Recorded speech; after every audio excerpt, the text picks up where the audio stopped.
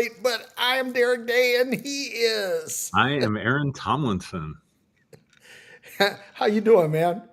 I have had better weeks, but I'm doing all right. You know what? I can completely understand that, but it was the week is ending on a good note. Back in Oklahoma, on the air with you. It's there's some good things, some good things. Yeah, but that being said, what's in the glass, my man? Well, I'm going hard tonight. We'll see if I finish it. Um, it's the mango habanero whiskey that I had a couple weeks ago Uh, or last week. Maybe that was last week. I don't remember. And then I watered it down with some bird dog blended whiskey. Ooh, yeah, that is going in hard. Yeah, You're playing hard in the paint there, man, as they yeah. say in basketball. I'll sip it. I got a little more than I wanted. Should have put some more ice in it. I think. Okay. Well, for me, I have a cocktail made with some Mount Gay Eclipse Barbados rum Mm, with some Kahlua, awesome. That sounds amazing. and it's like a Black Russian but made with rum instead of vodka. Yeah, So I don't know. This would be a Black Cuban or that works for me. Black Barbadian. I Black don't I don't know Cuban, what you would I call like it. that. Yeah, something like that. I did this once when we did the show with Jube and Daryl Carlson, and I mixed it with bourbon, and I called it a Black Hillbilly. I love that. We can call it a black Puerto Rican. Yeah, there you go. But it's really good, and this is actually one for the books. But your mango habanero, that's definitely one for the book too. So Yeah, yeah. It's a little too watered down. A little more mango in it would have been nice, but that'll yeah, keep me well, sipping it. maybe And maybe go ahead. no, so maybe that'll help you keep pace, man. Yeah, we got a heady topic tonight too, so I might be. I don't know. Well, I don't know about you, but I plan on having a buzz by the end of the show. So Yeah, I'll be buzzed for sure. so but anyway, the subject for tonight. We thought about. I mean, we talked about a couple of different things, and but I want to talk about like everything and nothing. And this is heady because like we're going to get into some things about like Einstein's theory of everything and how the uh, unified field theory or unified theory of the standard model of quantum physics and what the theory of nothing is. But we're going to break this down into a more practical level because what does it mean to have everything? And to use some Bible terminology, what does it mean to gain the world but lose your soul? Or that you have everything pertaining to life and godliness, right? Hmm. Or and then break it down constitutionally: life, liberty, and the pursuit of happiness, right? So what does it mean? What is everything? What is everything, and what is nothing? And and so when you think of everything, I have a working definition for that, and that is the universe of all known physical things. Everything is literally everything. What Hmm. do we quantify as a thing? Something that has matter, something that has shape, something that has form, that has weight, that it occupies space. Those are things, right? And so when we think of everything, we think of all of the universe of things. Hmm. And here's the interesting thing for a lot of us, things are limited or finite. But if you think about this from a physics, let's say an Einsteinian physics model, not even getting into the quantum stuff, but from an Einsteinian physics model, that everything is unlimited. It's infinite because the universe, as we understand it, is infinite. But then we talk about nothing. What is nothing? And so the short answer to that is nothing is the absence of everything. Hmm. In other words, it's no thing. But if it's no thing, then that means using the theory of zero mathematically, that it is something. It is quantifiable, Right. right? So that's the heady part of it, right? I want to dive into the heady part of it, the super intellectual part, and we'll unpack some of this as we go along. But I also want to break this down into, what does it mean to have nothing? Mm. We talked about, so like, if you have everything pertaining to life and godliness, life, liberty, and the pursuit of happiness, that you have no lack, that all of your needs are met. But what does it mean to have nothing? To lose everything, Mm. right? And how do we live in the tension of everything and nothing? Because all of us, literally, that's where we're suspended. We're suspended in the tension of everything and nothing. Because none of us has everything, and none of us is devoid of everything. Right. So that's my introduction here, and I'll kick it over to you. All right. Yeah. I was immediately thinking when you were talking about like the theory of everything, um, that seems to be really elusive, right? For philosophers and quantum physicists and stuff like that, in this sense, that the way I understand it anyway, the theory of everything is a, like, a unified theory that makes all the laws of the universe make sense, right? So we Yep. know that Newtonian physics and quantum physics, I don't want to say they contradict each other, but they're very different, right? Yep. And it's interesting to me. You talk about an infinite universe, and it's interesting to me. Um, Maybe there's an infinite microverse as well, right? Like if you go Mm, back 100 years, 200 years, 1,000 years, whatever, people thought about the stars. They thought they were gods or the planets, or who knows. angels. Yeah, and Yep. yeah, right. The Book of Revelation, Hmm. um, and then we get the power of vision. In other words, telescopes, right? The more we magnify what's out there, the more we see, and the more we magnify, the more we see. It seems endless, right? Yep.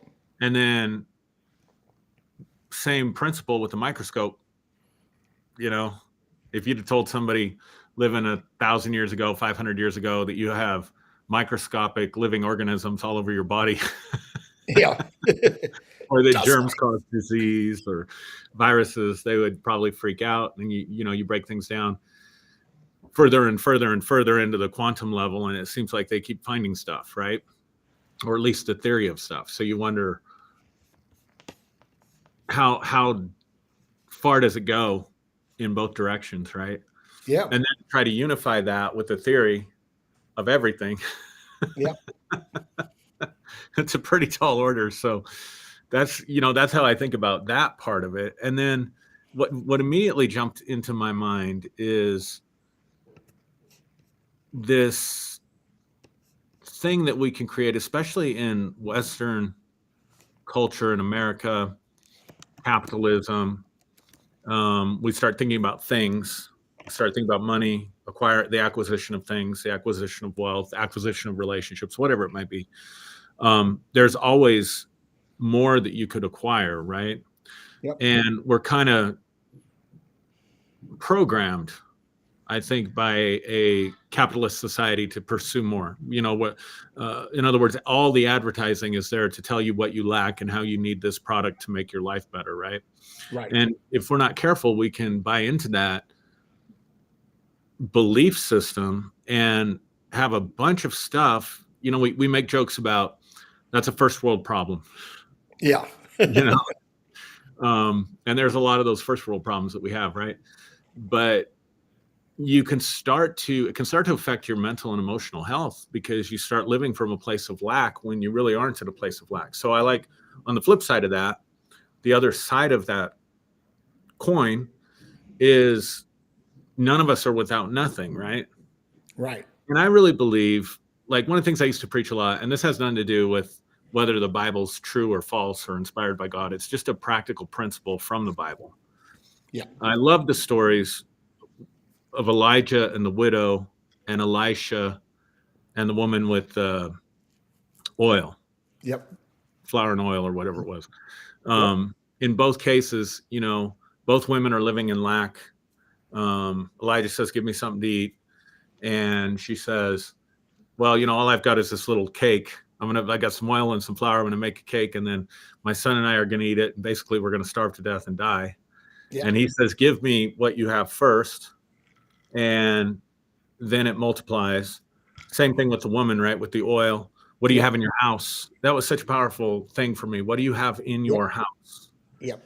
Take what you have in your house and use that resource to be resourceful, right? And then Jesus kind of does the same thing with the loaves and the fishes, right? So Yep. yeah, you've got the miraculous, you've got, it's not realistic for any of us that if we're down to our last meal that we can just give it away and it's going to multiply. I mean, there's that supernatural element, but there's an underlying principle to that that says if we're focused on what we don't have, mentally and emotionally, it puts us at a place of lack and can lead to desperation, depression, anxiety, all kinds of different things, right? Mhm. Whereas if we focus on what we have, then we're making an honest assessment of our resources. We can practice gratitude, right? We can take our focus off of what we don't have, put our focus on what we do have. And by applying that, we're living in reality for one thing, but also can help us be resourceful, right? So what are the skills that I have? What are the financial resources that I have? What are the relationships that I have? What are the connections that I have? What's the network that I have? Focusing on that and then developing that. So if you have a skill, taking that skill to the next level, figuring out how to market that skill, those kinds of things. So Yep. on the one hand, to make it practical, if we're after everything, we're never going to get there. On the other hand, if we focus on the fact and the reality that we're really not with nothing, then that can lead us to a more resourceful place. And the last thing I want to say, these were just the thoughts that were popping in my head while I was listening to you talk. It's interesting to think about this concept because I've thought about this, just a thought experiment. If the universe is totally infinite, then every possible combination, including us, human beings, the earth, everything, is already in existence. So I'm going to be funny with this, but that means that there is a Tatooine somewhere with a Luke Skywalker Yeah. Yeah. or a Middle Earth with hobbits, Yep. Because if it's infinite, then every possible combination exists. Anything you could think of exists. Well, if I can piggyback on that, because I was watching something just this week, and they were talking about the multiverse theory, Mm-hmm. and that the multiverse theory holds that every decision yields the birth of another universe. Right. That every time an individual, and think about how many billions of times this happens a day. Right. 8 billion people walking the earth, right? 8 billion people making decisions. Every time a decision is made, another universe is created. One that has the decision fork that you didn't take Mm-hmm. as an alternate universe. So if you think of it from that standpoint, if every decision yields a new universe, then that means not only do we have an infinite universe, but we have an infinite number of infinite universes with infinite possibilities. And at what point, I mean, we can't even quantify the things that are in Earth, Right. much less the things that are in the solar system, the Right. things that are in the Milky Way galaxy, the things that are in the universe. So now we unpack this, and it gets to be really, really infinite. So when we talk about everything, Mm.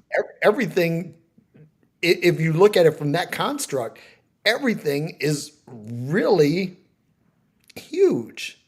Mm-hmm. And I have a theory. Well, not I need to really correct my verbiage here because I have a hypothesis. Right. Because it's not a theory because it hasn't been peer reviewed, it hasn't been tested Right. and all that. But I have this hypothesis that that there are certain people that achieve the ability to peer into these alternate universes and to actually bring things back, whether it be physically or conceptually, but to bring them back. And when you look at something like Amazon, Amazon is really, it defies business logic. You know how something like this became something as big as it is in the short time that it has, that has become so ubiquitous, has become so pervasive, has become so powerful. How does anything get to that point? And you have to say, okay, the possibility is that this existed in some other realm, that this existed in some other universe, and somebody, or you know, either greater than or less than, and you're able to go there and take this, like, let's say you're able to go into an alternate universe of this and find the failures, Hmm. find the whole list of failures, and you say, okay, I'm going to do it without these things. I'm going to make sure these particular things don't happen. So then you scale out that way, or you say, I'm going to find all the things that eminently worked, everything that worked without fail, and I bring those back into this universe and I implement those things. But in either case, you know, it when you have something like Amazon, like Google, like Facebook, these things defy normal business logic. I mean, it's like if you go back and look at the founding of Chase Bank or Standard Oil or Vanderbilt Shipping or you know any of these other entities, and you say, okay, you know, there's you could see the ramp for all of these, how they came to be, and they all follow a similar pattern. But then when you get to these modern .com type companies, they defy all business logic. It's almost as if it shouldn't happen, but it Right. does. Right. So if you look at this from like, okay, so Einstein's theory of everything. It says, and I'm reading here, it says, it was this theory that Einstein attempted to further develop into a unified field theory, which would describe all fundamental forces, including gravity, and the relationship between elementary particles in terms of a single theoretical framework without the need for quantum physics. His attempt ultimately failed. Now, here's the interesting thing, right? Because when you look at any field theory, right? Because there are a number of field theories out here, Hmm. and whenever you introduce gravity into the field theory, it ceases to make sense. You know, gravity is sort of like the wild card Right. that drives everything out. So what happens is like if you add gravity, you don't get an elegant solution. What you do is you get curve fitting. You know, Right. it just you know okay, it's something that makes sense from a semantic standpoint, but from an actual quantifiable standpoint, it doesn't, right? So the theory of everything from what Einstein was saying, okay, these are all of the fundamental forces. So watch this. If you break this down into our lives, what are some of the things we all have the need for food, Right. shelter, Right. clothing, you know, maybe medicine. I mean, these are all of the things. So a theory of everything that would be practical would be something that included all of these things. Hmm. But so let's say this. I'm going to throw this out here just as a question, and it's a question for you, and it's a question for everybody else that's watching. So what would be gravity in this sense? You know, what is the thing that would throw a unified theory of humanity off? Mm. And Boy. if you introduce this thing like gravity, then it fucks the whole thing up. Yeah. Thanks for that softball question there, Derek. Hey, no problem, man. That's what I do. I'll be here all week. That's an interesting thing to contemplate. I can't. I have to be honest. It's not something I've ever even considered or thought about. Let me say this about your multi, not yours. I know you didn't make this up, but the multiverse hypothesis, right? um, I because I was thinking about this week. I was I was listening to a local Denver station, and this guy was on that they were interviewing because real estate data had just come out or something. And he was with a company that they've published they're the gold standard for real estate markets and how the real estate market is doing and stuff like that. And so I'm always interested in real estate. So I'm listening. And he starts talking about housing and how the housing market in Denver is really viable. Now, there were people in 08, let's say, that bought their houses in some place like Boulder, different parts of Denver, and they bought their house for $120,000. Let's say 3-bedroom, 2-bathroom, 120 grand, 2.75% interest, right? Yep. And those houses are now worth $1.5 million.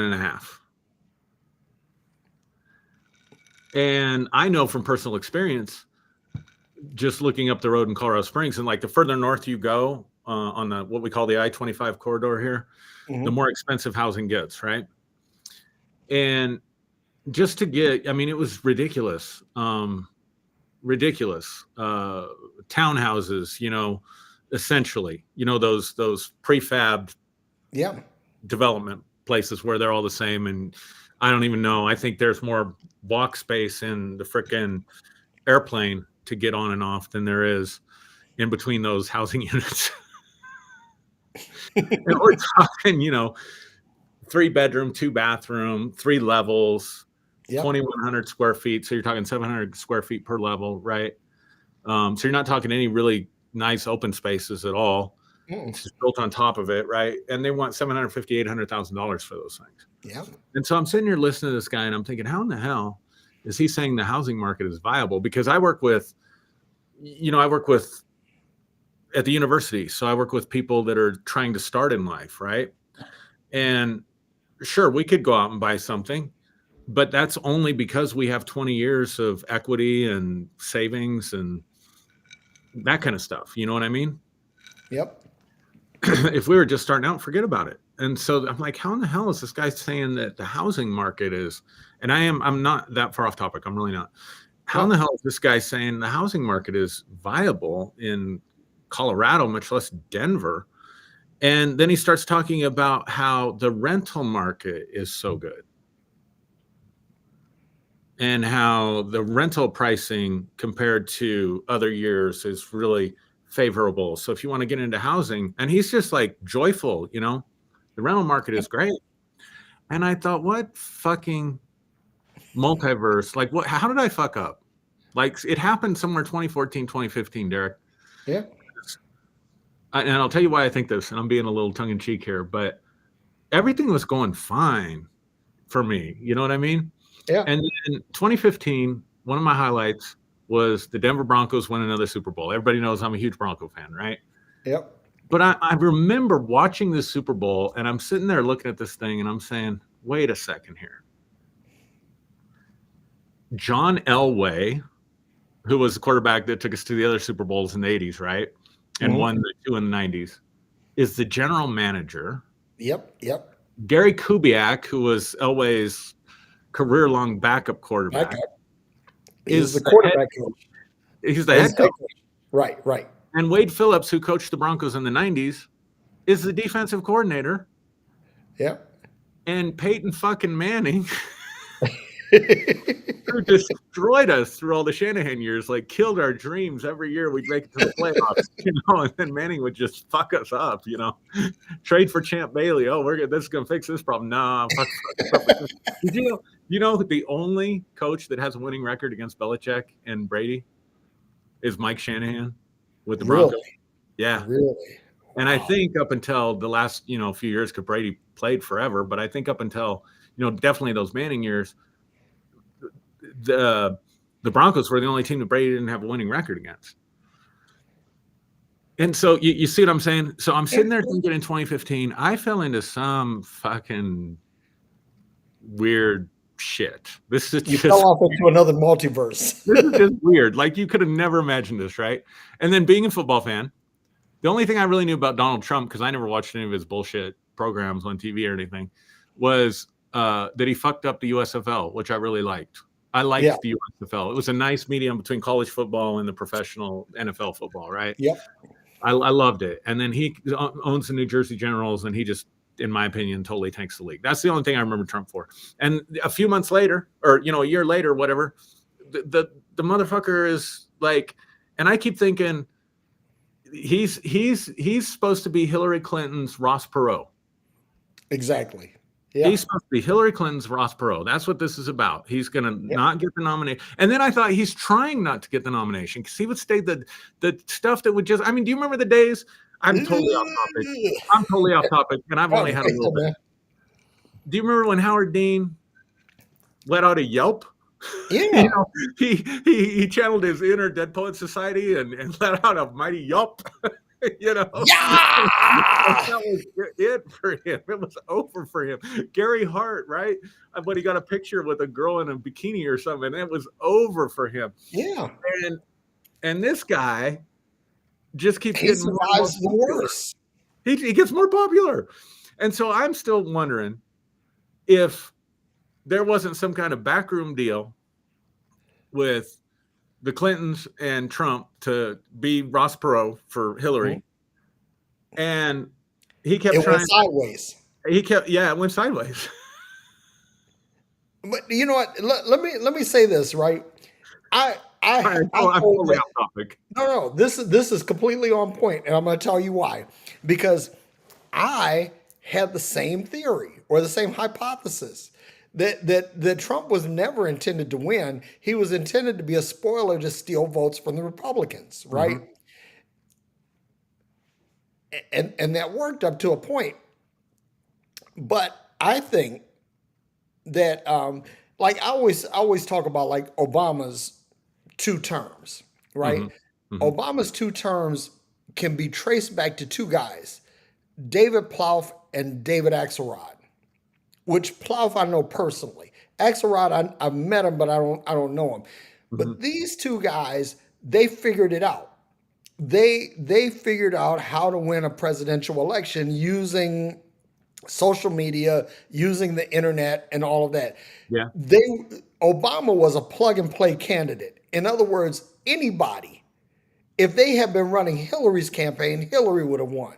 These guys have figured it out. So again, using our theory of everything and multiverse theory, I believe that Plouffe and Axelrod, either they peered into another universe or they had someone who brought them that victory strategy. Now, the same thing with Trump. See, I think that what happened is that Trump was intended to be a spoiler, was intended to be a foil, but the people that were working for him, that were actually his campaign strategists, these guys saw something extra universally, right? And they brought it back, and they saw something from a universe where Trump was the winner, and they brought it back, and that's what happened. And again, this is all a hypothesis. I have not, presented this in scientific form, have not had it peer reviewed or anything like that. This is just like my wild ass theory, basically. But no, keep going.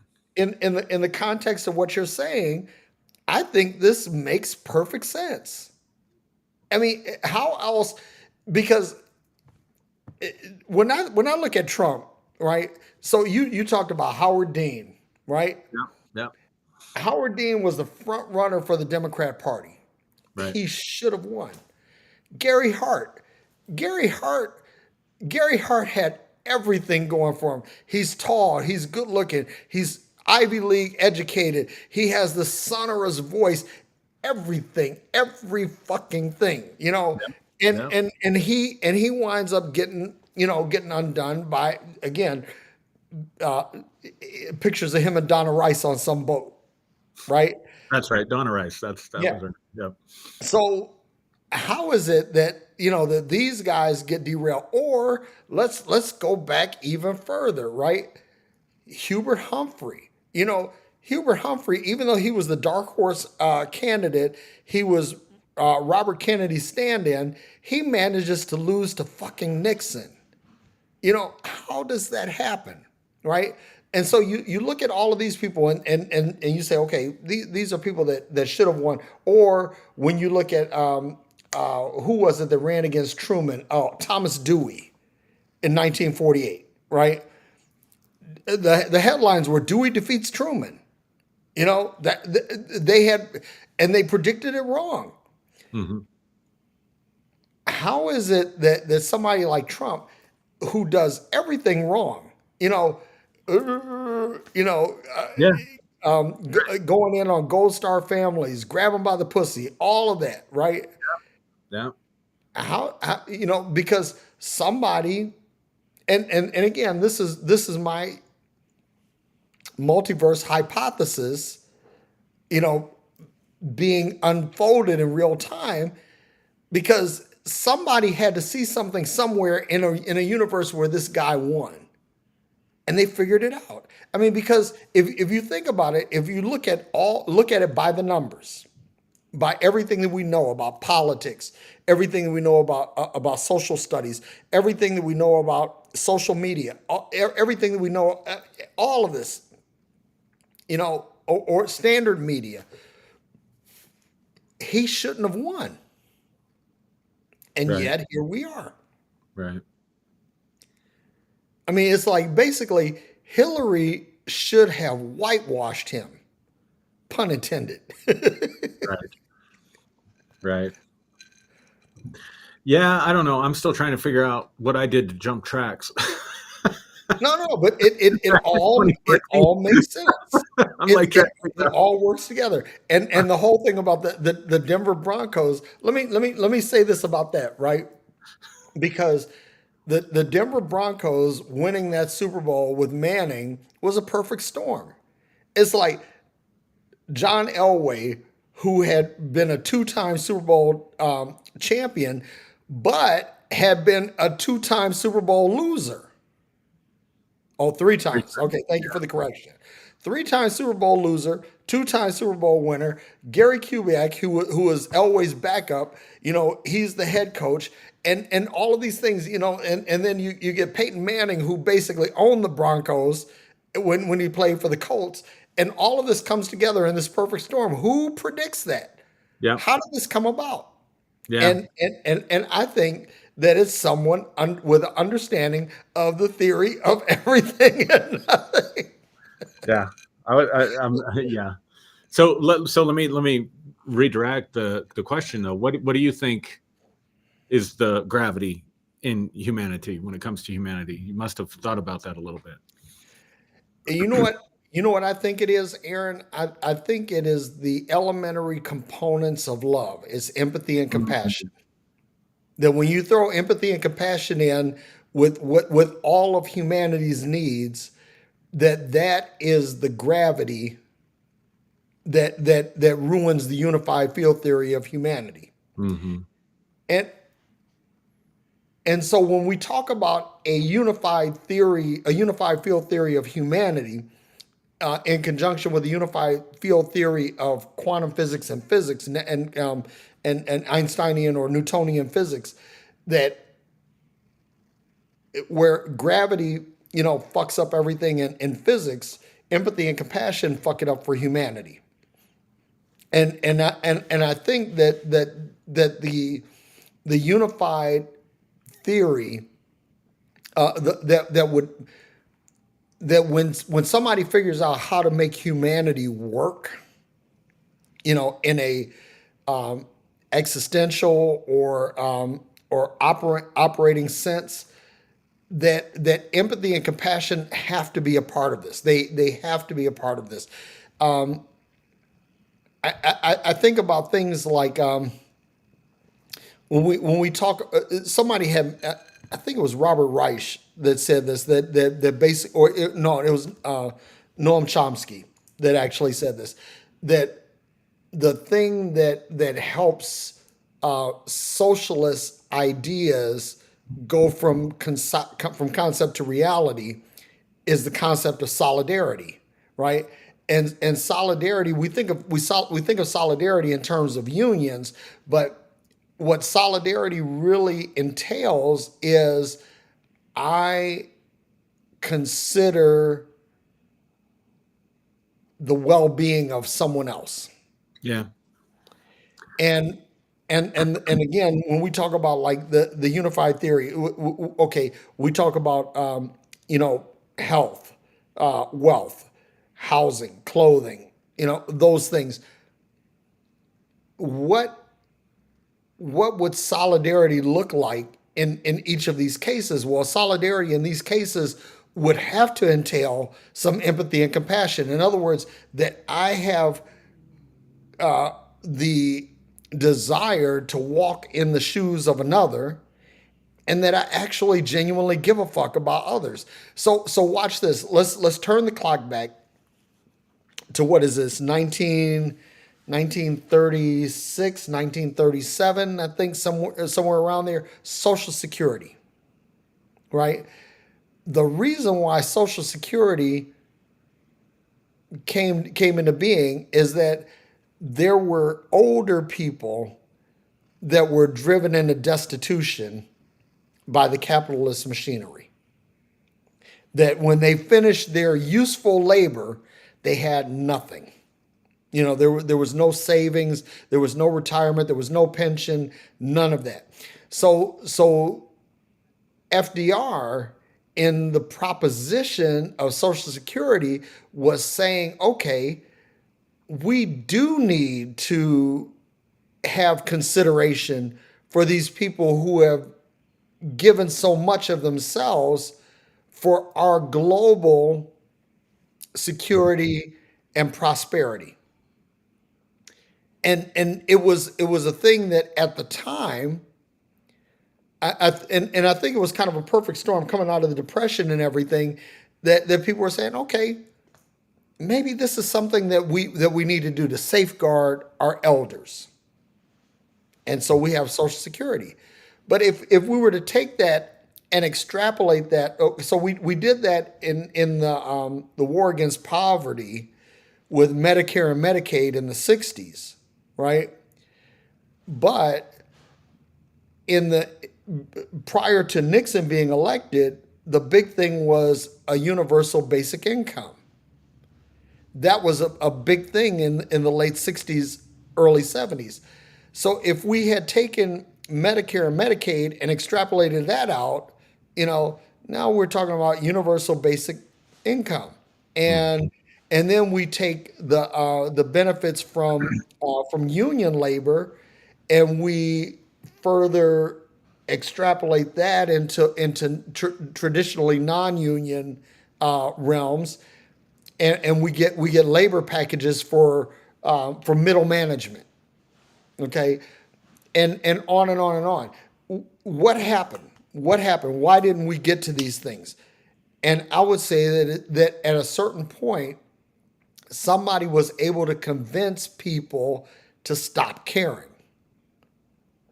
And when they stop caring, everybody's like, well, shit, I got it. I got it the hard way. You get it the hard way. Yeah. Yep.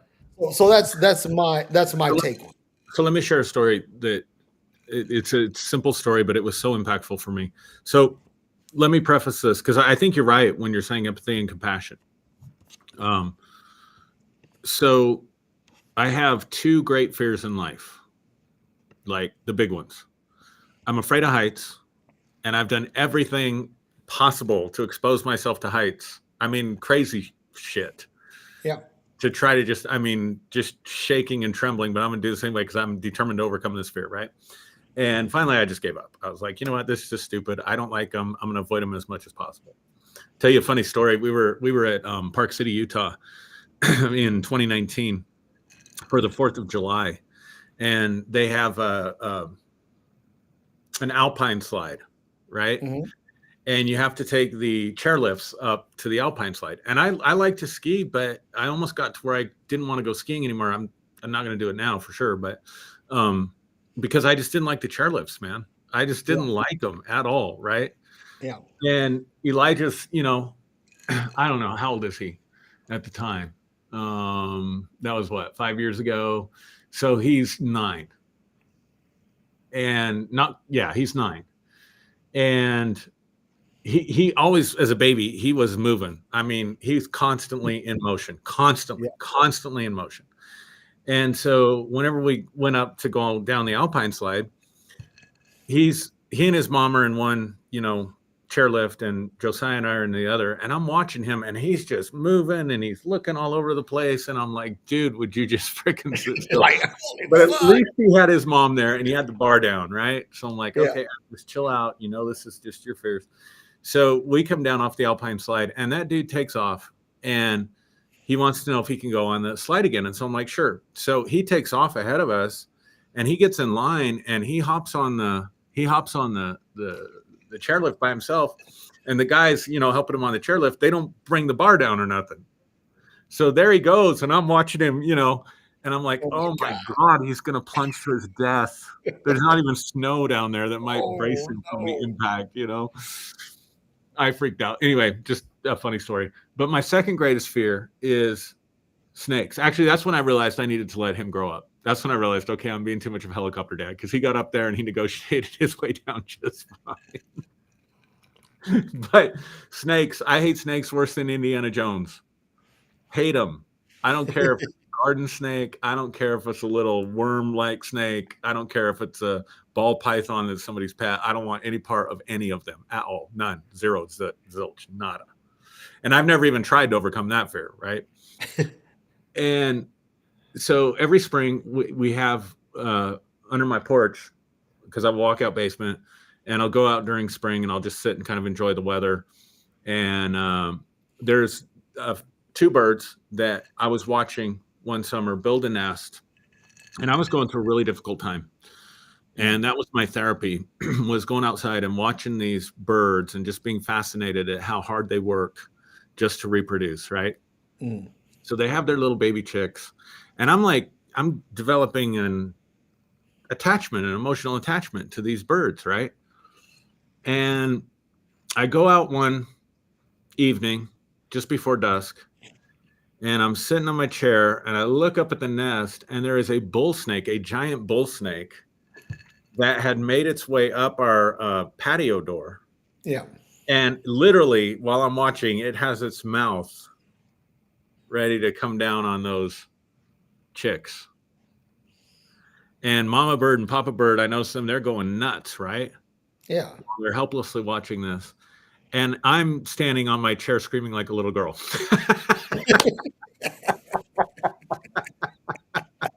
I was not cut out for the Navy SEALs, all right?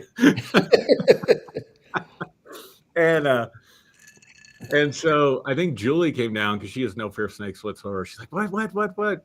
And I said, he's gonna get the birds, And so she reaches up and grabs him by the tail and just pulls him down, right?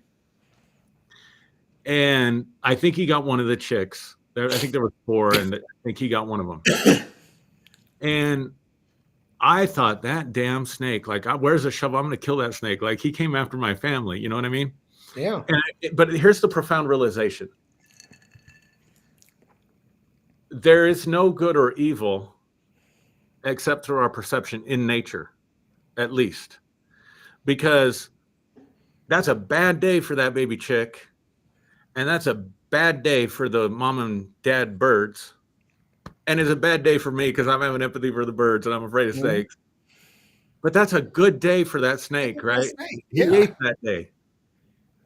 And it was a bad thing to pull him away from his meal and then chase him around with a shovel and try to cut his head off. Somebody made a really good meme. It was like a cheetah chasing a gazelle, and the caption above the gazelle is, "Lord, save me." Yeah. And the caption over the cheetah is like, "Lord, I thank you for this meal I'm about to receive." Yeah, that's exactly right. Right. So you brought up earlier, the right to, and I know we're talking about something different, but life, liberty, and the pursuit of happiness, right? Yeah. So I realized that it was profound for me, because I realized I was projecting evil onto that snake. You know what I mean? I was projecting my fears onto that snake. Like, it wasn't good or bad. It just was. Right. Now, here's the issue as it pertains to humanity. We are the only species that I know of, and I'm sure there are others, but on a massive scale, that kills its own. Yeah. And yet, as far as I can tell, there's not really empathy that exists in the animal kingdom. Like, in other words, that snake didn't give a damn that mommy bird and daddy bird were Yeah. losing a baby. Are you kidding?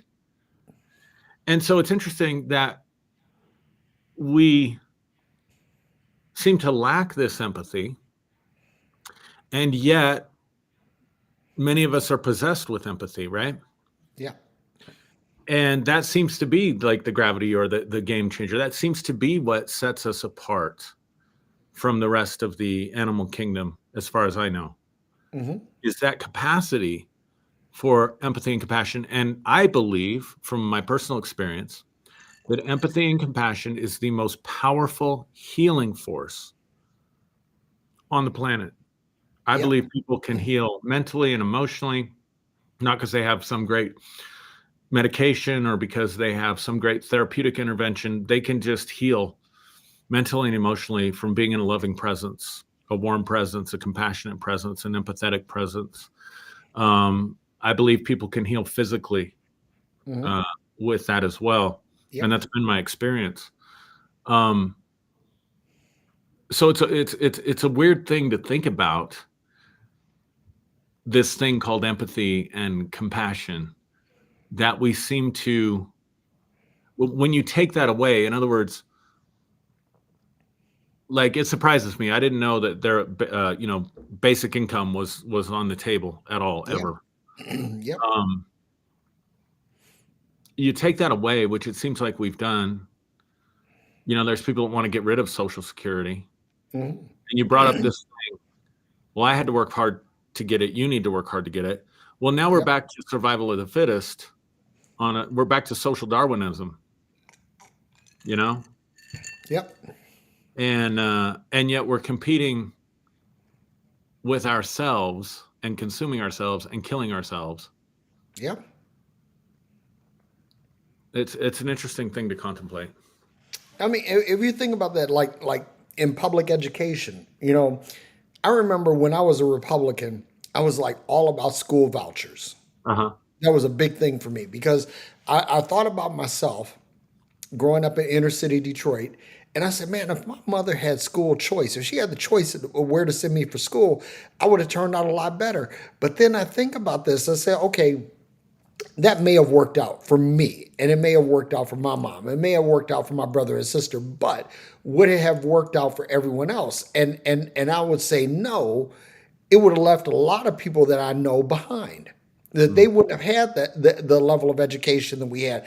As a matter of fact, as a matter of fact, when when we came to Detroit in 1967, busing was a thing. So the first elementary school that I went to was Newton Elementary, which was way on the northwest side of Detroit. And so we had to catch buses. They had buses that picked us up and took us there. But then they built a brand new primary school within walking distance of our house. And my mom thought, okay, I'm going to send them to that one because it's easier to have them walk, 8 blocks this way than to catch this bus all the way across town. And so she made that choice. And so I think about my friends that I grew up with that continued to bus to Newton, and then later in junior high they bus to Metatol, and I think their educational experience was far greater Mhm. than ours. And the point that I'm getting at is that that the whole concept of public education, that I think that empathy and compassion was removed from that, and saying, okay, it's just paint by numbers, distance, right? Let's use distance as the metric. And then then the other thing too was that Turner Elementary or Turner Primary was closer, right? It's brand new and it's closer. And and they have a black principal, and they have this, and they have that, but meanwhile, the better education was across town. Yeah. So so let me change gears for a second, right? Because I want to talk about, like, we talked about this in the green room, the theory of nothing. It comes from the observation that the more inclusive a scientific theory, the less specific its predictions can be without additional assumptions. So, and then this says that the ultimate theory of everything is just a theory of nothing, and so when you talk about, like, when we have these discussions about atheism versus other beliefs, and you talk about how atheism doesn't give you any hope, and when I see this, I say the ultimate theory of everything is just a theory of nothing. It's like the air goes out of my mental balloon. You're like, Yeah, for sure. Yeah, I hear that's you. depressing, because I want to, like, so nothing, we think of nothing and we think of a void, we think of emptiness, right? But there are what do they call it, like microparticles, or God, I know I'm butchering this in terms of quantum physics, but it's like in a vacuum there are particles that are created and destroyed. And so when I always love it when religious people say, "Oh, well, you just believe that something comes from nothing." Well, scientifically, I could prove that, because you have you have these particles, or virtual particles. That's the name of it, Aaron. Yeah. Okay, virtual particles appear, they are created and destroyed out of nothing in a Mm. vacuum, Right. right? So so nothing, as we understand it, really isn't nothing. There is something there. So that means that in the space that we call nothing or no thing, if it's no thing, then again the theory of zero says that no thing, that it can be quantified, which means that no thing is a thing. So when we talk about that, okay, like, let's break that down into the practical. What happens if we lose everything? In other words, our job, our Right. spouse, our children, our home. What happens when we lose these things? Are we reduced to nothing at that point? Or is there something else there that's quantifiable, that still exists in spite of the absence of the things that we consider to be necessary for life, liberty, and the pursuit of happiness? Well, I can answer that question. That's easy. Hey, You cool, you man. I'm you glad. ready for this? You ready for this? I'm ready. You that happens to you, then you have at least three shitty friends that sit around and tell you all the stuff you did wrong and all the things you need to do to fix it. And then all you have to do is pray for your shitty friends, and then you get restored twice what you want. So just pray for your shitty friends, and you're I good. hope that everybody who's paying attention to this knows exactly what you're talking about. I know what you're talking about. I'm But talking yeah, about the story of the Book of the Job. story of Job. I mean, think about it. It's shitty friends. You should have done this. You should have done that. Why don't you try this? Have you thought of this? Aren't you doing this? Haven't you done that? And then at the end of the day, it's like, wow, they were really shitty. And God says, well, pray for them. And then what? He gets sevenfold back or something, or twice as Yeah, much. God That gave him makes double preach, for his right? trouble. God's going to give you double for your trouble. I did that one time. I'll tell you something. I preached that one time, double for your trouble. Me And too. dude, I handed out double stuffed Oreo cookies to anybody that wanted one while I was preaching. I handed out packs of double mint gum. Same thing. High five right now. Great minds think alike. When I did the double stuffed Oreos, but ironically, there were people who testified later that, but I think just because it shifted their focus or whatever, who knows? Um, no, I mean, and from the physics perspective, even if you have a vacuum, isn't that something? It, and that's the thing, right? So let me get really deep here for a second, right? Sure, sure, Because in the void of space, physicists say that only 20% of the universe is comprised of what we call known matter or energy. right, right. the rest of the universe is comprised of dark matter and dark energy. Right. We know it exists. We've never seen it. We've never quantified it, but we know it exists, right? Mathematically. So the thought that there is a nothing, that there is a void, that and so let me take this back. For all the Christian folk out here, let me take this back to the book of Genesis, right? In the beginning, there was nothing. It was a void. And God spoke and said, "Let there be light." So now there's light in the void, right? And if there's light, that means that there are photons and electrons at the very least. Mm-hmm. So that means that in the void, there wasn't a void. Mm-hmm. That there's all. So allow me to Yeah, go allow me ahead. to get really highbrow here. That there is no such thing as nothing, but no thing is a thing that can be quantified. Mm-hmm. So, in other words, there is no such thing as nothing, because even where we see nothing, there is something. There is either energy, particles that are being arbitrarily created and destroyed, or there is dark matter or dark energy.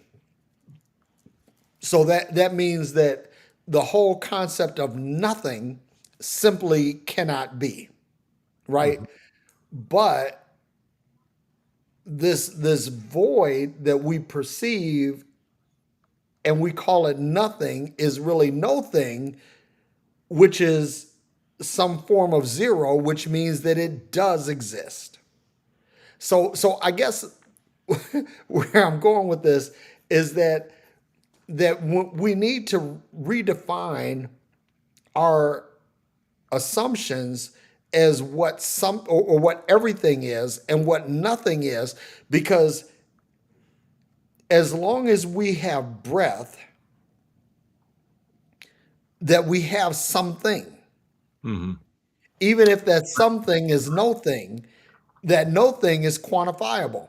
and Right. and that means that and if we look at no thing, no thing actually is comprised of something, which means that you are never totally without. You're never totally destitute. And oh God, I feel a preacher moment coming Yeah. on. Yes. Coming Sweet on. baby Jesus. I feel a preacher moment coming on. I feel my help coming here. I feel Come on, man. that even Let's see. when you think Let's you see. have Right. nothing, you got something. Oh, Lord have mercy. I feel my help coming. I look to the hills from which my help cometh. Oh, I feel an unction in my spirit. Here's so this is a profound thought. I've been thinking about this a lot. This goes back to what I talked about last week about self-care, um, and making it more of a priority. Mhm. Because at the end of the day, if that did happen, God forbid, where you lost everything, you would realize that the only thing that you really have is you, right?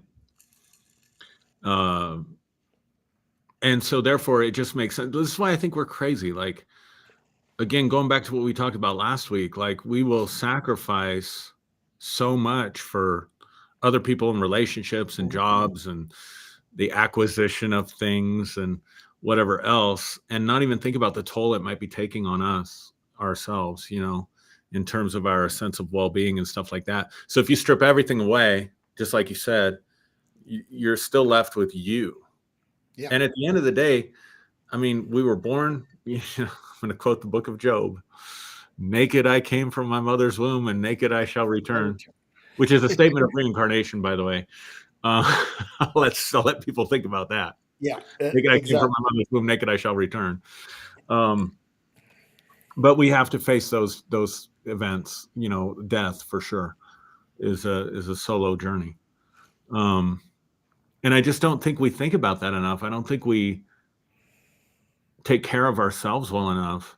And that's kind of been my challenge really since the new year, was I want to do a better job of watching out and managing and taking care of myself. And yet I find it to be one of the most challenging things I've tried to do in my life. Yep. It's really bizarre, right? Like, it's the most self-evident thing in the world. And I'm pretty good at my resolutions, and yet I'm struggling with it. It's weird. But so I would say, that's where my mind goes when I think about if I lost everything. And you know Like, something you were talking about. if you take good enough care of you, you can lose everything and still be okay. Yeah, exactly.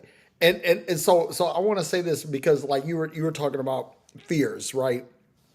So my two fears are heights, like yours, and I've done a lot of things to to conquer my fears, like hang gliding and flying at ultralights and zip lining and all of this other stuff. Yeah. And none of these things have conquered the fear, right? The fear is still there, but I have the thrill. But the second fear is losing everything, Hmm. Interesting. you know, because I know what it's. I grew up in poverty, so Mm. I know what it's like to have nothing. But Mhm. I've been wealthy, and I Mm. know what it's like to have everything. Mm. And everything is better than nothing. But Sure. but but but this is the thing that if you look at this thing from a standpoint of entropy, when you look at it from the standpoint of virtual particles, if you look at this from the thing of dark matter and dark energy, that even when there's nothing, there's everything. Yeah. And what I mean by that is like if you think about a virtual particle appearing and disappearing, let's say that if we scale our universe down Mhm. to where our universe is but a particle, right? Because here's the interesting thing is that as it was like the atomic model was protons, neutrons, and electrons, right? But now we've split that hair multiple times, and so now you have bosons, leptons, fermions, right? Right. So what if as we get better, we keep splitting the hair, and we find out that every particle or every subatomic particle is some universe in and of itself. Now, and hear me. That's no, no, I'm not laughing at the hypothesis. I'm Yeah, just I'm chuckling at the ramifications of that. yeah. So like let's say, a virtual particle appears and disappears in a vacuum, right? Right. Who's to say that that particle is not a complete universe, a complete fully formed universe, that it had a big bang, it had an expansion, it had a contraction, and it ended, Mm. right? So this happens in a moment, in the twinkling of an eye to us. But to anyone dwelling in that particle, in that instantly created universe, that could be billions of years. Yeah. Wow. So this is the thing that gives me hope in all of this, Aaron, is that when I have everything that I think that my mind can conceive Mhm. pertains to life and godliness, pertains to life, liberty, and pursuit of happiness, pertains to life without lack. Mhm. But if I lose everything, nothing is still everything. Mm. And so if I had a message of hope Mhm. to share with everyone who's watching, that even if it seems as if you are losing everything, and everything that you understand to be good, everything you understand to be true, everything that you understand to be beneficial, that if it goes away, that you still have an entire universe of things that are at your disposal. And not just the universe, but every decision that's made creates another universe, which creates a multiverse, which means that you not only have what is here in the tangible realm of what we have, what we know to be true, but you have access to things that are beyond. And if there's nothing, man, I'm gonna tell you something, Aaron. If I don't help anybody else tonight, I'm preaching myself happy. Yeah. Yeah. I That's am good stuff. preaching myself Yeah. happy. Yeah. That's good stuff. Maybe that's a good place to close. I don't really have anything to add to that. I don't either, and you know we don't have a whole bunch of comments, but we had a. I was looking at the number of viewers, and that number has been pretty steady. Yeah, we were Pretty on an steady. hour later too. So Yeah, yeah, yeah. it's a lot of people watching, and you know, even though people aren't putting up comments, you know, we don't have anything to. Jeanette says, "Great stuff, thank you," and blessed be He is back, All right. inherently selfish. Favorite fan. It's an inescapable truth. An Yeah, I mean, you know, inescapable reality. I think that there is a difference, and this is something we could talk about in the show later. I think The it'd be difference great. between being selfish and selfishness, because I think that there is a Let's difference. if we can remember, let's do that next week because I have a lot of thoughts on that. I'd Okay, love to kick that around with you. all right. Well, I will put that in a private 'Cause I message won't between remember. me and you, because Remember. Shannon let's see. Morris says good stuff, guys. Preaching me happy. Um,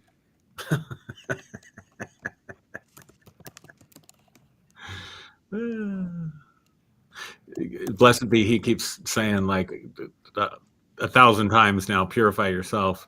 You know, the interesting thing about purity is it's completely genuine with no additives, right? Yeah, So to be fully yourself would be to be pure, but that might require some level of selfishness. yeah. I mean, to be honest, is that if you get right down to purifying yourself, that means yourself, right? Which at a certain level is a certain degree of selfishness. Yeah, it's no mixture. I'm being my authentic self, 100%, no mixture, Yep. no So additives. thank you, blessed be He. We appreciate you. Yeah, it just affirms our tenet. All right, Derrick, love you, man. I didn't quite get through all of it, but I am definitely feeling it. You know something, man? I listen. I didn't make it through a full drink tonight, but I had a muse, right? Because you know Maya said, "All right, baby, don't drink too much."